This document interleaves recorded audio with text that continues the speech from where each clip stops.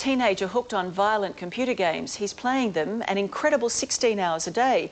His mother says his personality has changed and that he's become moody and violent, and his addiction is tearing the family apart. They don't realise how addictive it can be. It's a world of fantasy and fun. But for 16-year-old Cameron Sandler, this is more than a game. It's an addiction and an illness.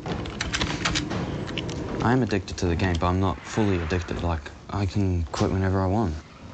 This really kicks ass, doesn't it? It all started 18 months ago when Cameron discovered World of Warcraft. Oh, now I'm going to kill you all. This never-ending computer game is played by millions around the globe. From America, Germany, China, all of Europe, England. And you've got friends in all of these places? Yeah. And that's what you refer to them as, your friends? Yeah. They play simultaneously for hours on end. Paul, when you're ready. Fighting and killing their enemies. I don't know why, I just eventually got addicted to it. Cameron has up to 500 players on his team, known as a guild. The longest I've ever played it for was 12 hours, and that was just because the guild wanted me on for that long. Oh, you took my kill. Why do you talk with an American accent when you're talking to these people? I don't know. It's probably like you move to a new country or something. You just end up picking it up. And that's not all he picked up. For f***'s sake. There's the tension and the violence. We get keyboards thrown around the room or holes punched in the wall, or it'll go outside and smash bottles. Denise is Cameron's mum. He started off with this going for an hour, 2 hours, 2 hours turned into 4, 4 turned into 6, 6 turns into 12, and he's now into the snowball effect that he's got to play that game. Cameron is often up at 4 in the morning to begin playing. Sometimes he goes right through the night.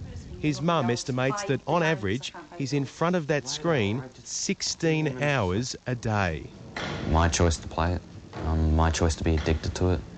Cameron reckons he can stand up and walk away whenever he wants. But try telling that to his mum. Denise believes he's hooked. And just like an alcoholic, a smoker or a drug addict, getting off, beating the habit, is going to be an enormous challenge. Regardless of who's right and wrong in this household, experts are now warning that addiction to technology is becoming the fastest growing illness of the 21st century.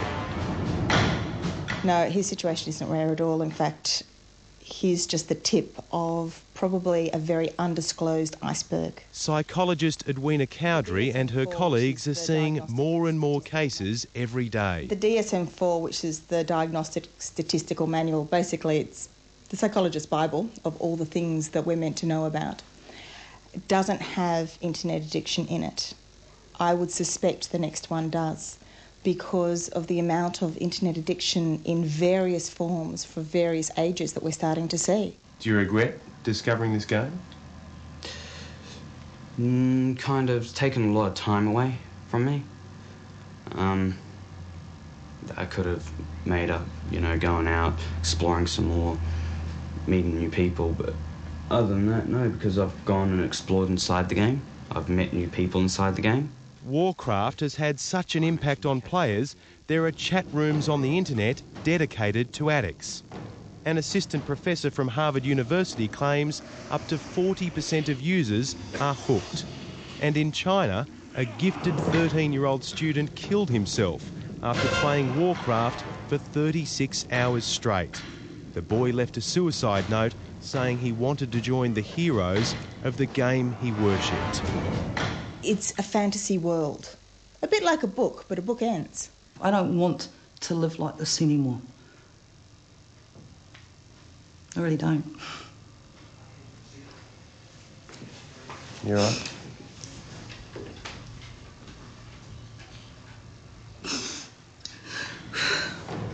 Do you think people find it hard to believe the impact? I think so.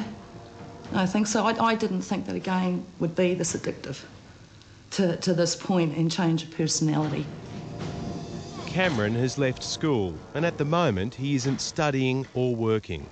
He knows now is the time to tackle his addiction. It's no longer a game. How many parents do you think will be watching this story tonight and saying, that's me? I would say a lot. This is going to be a problem that we're going to be hearing a lot more about. Oh, yes. Oh, yes, big time. Damn it.